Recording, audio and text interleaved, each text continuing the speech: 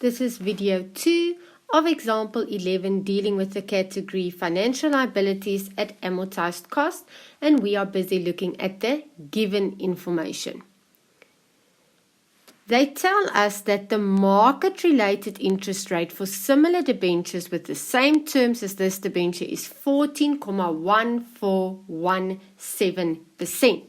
Now, if we compare this market-related rate to the nominal rate linked to this specific debenture, we can see the market rate is higher than the nominal rate.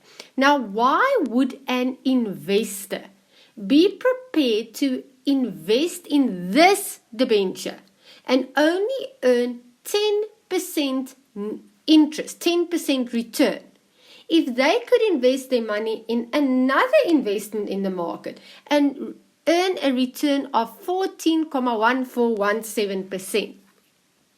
They are prepared to do that because they can purchase this debenture at a discount, which means they get a bit of a discount. They get it a bit cheaper. They don't need to pay the full amount, the full 1,000 nominal value. They get a discount because they're going to earn less interest over the term. They also, at the end of the term, receive back more than the nominal value. They receive back 110%. So they are willing to receive less during the term of the investment in the form of interest, less interest, because they can invest cheaper, pay less at the beginning, and get back more capital at the end. So it's really important to understand that your returns, your overall returns that you get on this investment, not only depend on the interest rate. You also have to look at the premium and the discount that is linked to this specific investment. And the reason why there is a premium or a discount is because of the difference between nominal rate and market rate. They also tell us that transaction costs of 75 Rand were paid in cash by Annika Limited. Now, why would they pay transaction costs? Well, if they used a broker to do this transaction, to issue the debentures, the broker will charge them a fee. That fee we call transaction costs, and it will need to be paid by Annika Limited to their broker. Now, it's really important to understand that most of the cash flow that happens in a debenture flows between the investor, Amahle Limited, and the issuer, Annika Limited. Initially, the investor invests in the debenture. They buy the debenture. They pay money to the issuer. In the end, the issuer repays that money as a maturity payment. The money goes back to the investor. And in the meantime, during the term of the debenture, the issuer has to pay interest in the form of cash, and the investor receives that interest. So most of the cash flows in a debenture happen between the issuer and the investor. Transaction costs do not happen between the investor and the issuer. Transaction costs happen with a third party. Both the investor and the issuer can use brokers. Then the investor will have to pay their broker, and the issuer will have to pay their broker.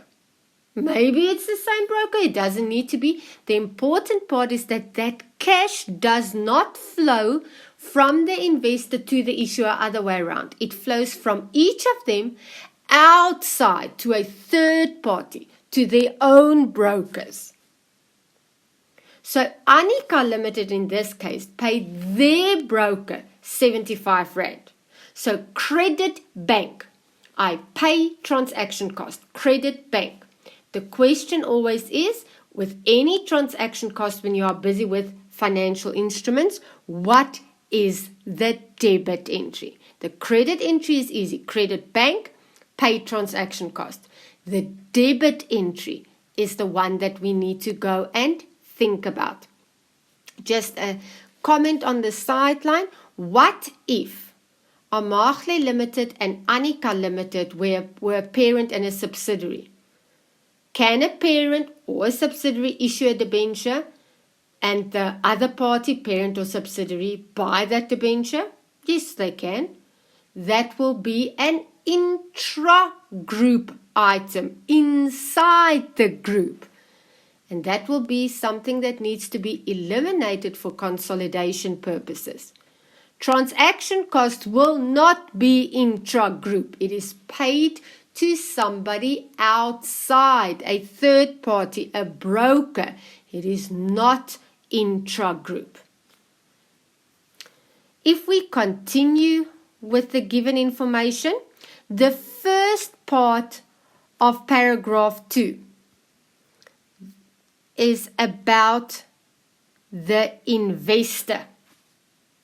We have spoken about those sentences and what they mean when we did the video, financial assets at amortized cost.